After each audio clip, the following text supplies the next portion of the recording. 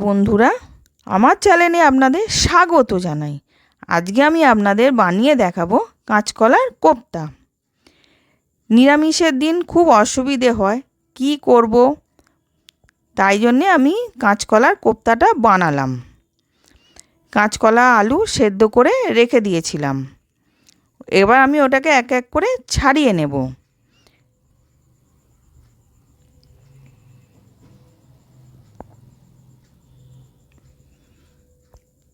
এবার কাঁচকলা আলুগুলো সব ছাড়িয়ে নিলাম।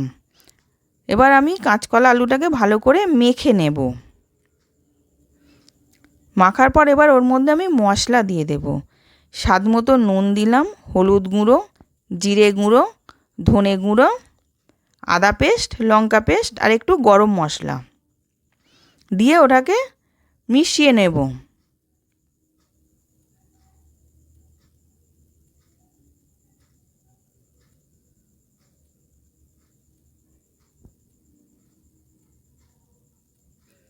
তারপর আমি 2 চামচ বেসন দিয়ে দিলাম, দিয়ে ওটাকেও ভালো করে মেখে নেব। মাখা হয়ে গেছে। এবার আমি হাতে তেল মেখে নিয়ে ছোট ছোট বলের মতন কেটে নিলাম। নেয়ার পর আমি মাছের শেপ দিয়ে দেবো। সব করে নেব মাছের শেপে। যেই থালাটায় রাখছি ওতেও আমি একটু তেল মাখিয়ে রেখেছিলাম। সব শেপ হয়ে গেছে। এরপর আমি কড়াইতে তেল গরম করতে দিয়েছিলাম। দেওয়ার পর আমি সব ভেজে নেব।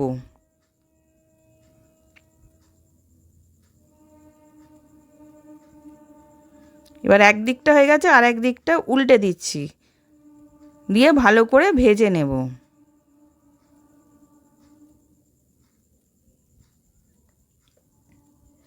এবার ভাজা হয়ে গেছে, আমি সব তুলে নিলাম। তারপরে ওই কড়ায় কিছুটা তেল দেব। দেওয়ার পর আমি জিরে ফোড়ন দিলাম। জিরে ফোড়ন দিয়ে ওটাকে একটু নেড়ে নেব। তারপরে টমেটো পেস্ট দিয়ে দিলাম, দিয়ে ওটাকে ভালো করে নেড়ে নেব। আর ওদিকে আমি একটা মশলা রেডি করে রেখেছি। আদা, কাঁচা লঙ্কা, জিরে গুঁড়ো, ধনে গুঁড়ো জল দিয়ে গুলে রেখেছিলাম। এবার আমি ওই কড়ায় দিয়ে দিলাম।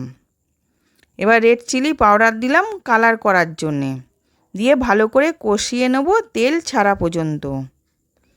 এবার আমি স্বাদ মতো নুন দিয়ে দিলাম, স্বাদ মতন চিনি দিয়ে দিলাম।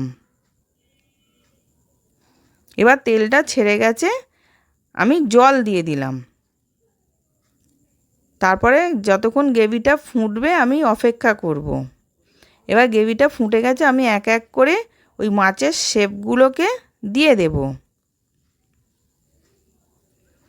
দিয়ে এবার ফুটে গেলে আমি ওর মধ্যে একটুখানি গরম মশলা আর ঘি দিয়ে নাবিয়ে নেব।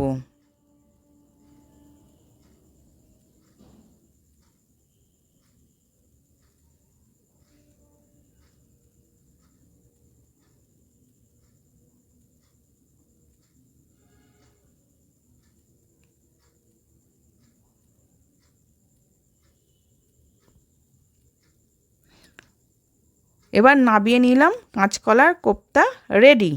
আশা করছি আজকের ভিডিওটা আপনাদের ভালো লেগেছে। আমি আবার হাজির হব আর এক নতুন রেসিপির সাথে।